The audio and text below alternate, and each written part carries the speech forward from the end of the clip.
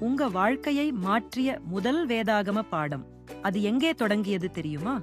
ஒரு சிறிய குழந்தைகள் வகுப்பு இன்று உலகம் முழுவதும் பரவிய விபிஎஸ் ஆக எப்படியானது?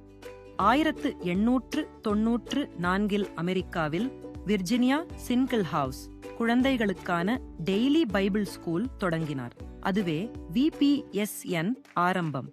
பின்னர் எடித் பி மோர்கன் விபிஎஸ்ஐ மேலும் ஒழுங்குபடுத்தி பாடங்கள், பாடல்கள், கைவினைகள் ஆகியவற்றுடன் ஸ்ட்ரக்சர்ட் முறையில் வளர்த்தார்.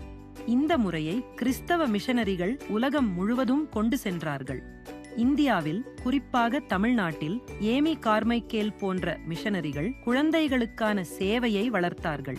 கோடை விடுமுறையில் தேவாலயங்களில் பாடல்கள், கதைகள், விளையாட்டுகள் மூலம் வேதாகமத்தை கற்றுக் கொடுக்க ஆரம்பித்தார்கள். அதுவே இன்று நாம் பார்க்கும் விபிஎஸ் ஆக இந்தியா முழுவதும் பரவியது.